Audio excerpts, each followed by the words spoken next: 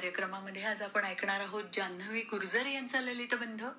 विषय आहे ताडीचं झाड. माझी लक्ष्मीताई तेलंगणामध्ये जिल्हा परिषदेच्या शाळेमध्ये शिक्षिका आहे. आपले विद्यार्थी चांगले शिकले पाहिजेत, समृद्ध झाले पाहिजेत यासाठी तिचे सतत प्रयत्न सुरू असतात. वर्गातील नियमित तासाव्यतिरिक्त ती मुलांच्या अडचणी समजून घेऊन त्यावर मार्गदर्शन करते. ती नेहमीच तिच्या विद्यार्थ्यांबद्दल कौतुकाने सांगत असते. तिनेच सांगितलेला असाच एक प्रसंग. ही गोष्ट साधारण 20-22 वर्षांपूर्वीची. शाळेतल्या पाठ्यपुस्तकात ताडीचं झाड असा धडा होता. अशी झाडं सगळ्याच शेतात, रस्त्याच्या कडेला सगळीकडेच असतात.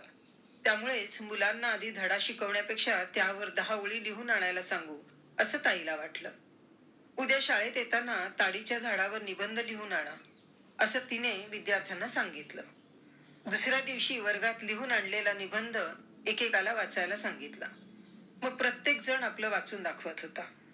अनिलचा नंबर आला आणि अनिलने वही न उघडताच मला ताडीचं झाड मुळीच आवडत नाही, त्यावर मी काहीच लिहिलं नाही असं रडत रडत सांगितलं.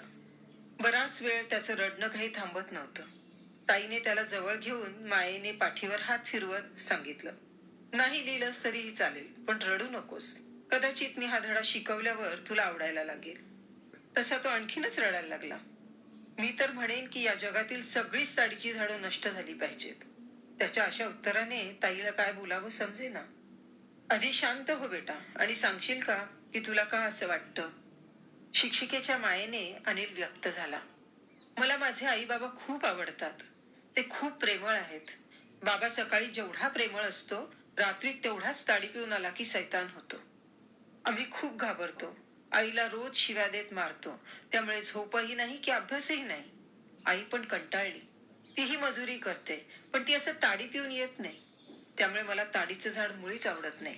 ती आमच्या बाबांना सैतान करते. मॅडम तुम्हीच सांगा, अशी झाडं असावीत का हो.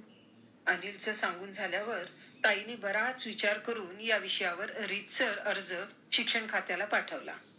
हा धडा वगळून मुलांना आनंद वाटेल अशा विषयांच्या झाडांवर धडा असावा अशा विनंतीचा पूर्ण पत्रव्यवहार शिक्षण खात्याकडे केला.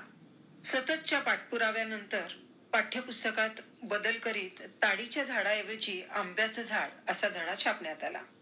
हा अनुभव बदल ऐकल्यावर मला माझ्या ताईचा खूप अभिमान वाटला, पण त्याचबरोबर अनिलचंही खूप कौतुक वाटलं. खरं तर थोड्याफार फरकाने वर्गातल्या सर्व मुलांची हीच समस्या होती, पण त्या विरोधात आपण बोलावं असं काही त्यांना सुचलं नाही. एखाद्या गोष्टीचा जर आपल्या आयुष्यावर विपरीत परिणाम होत असेल तर त्याबद्दल अनिल सारखं आपल्याला बोलता आलं पाहिजे.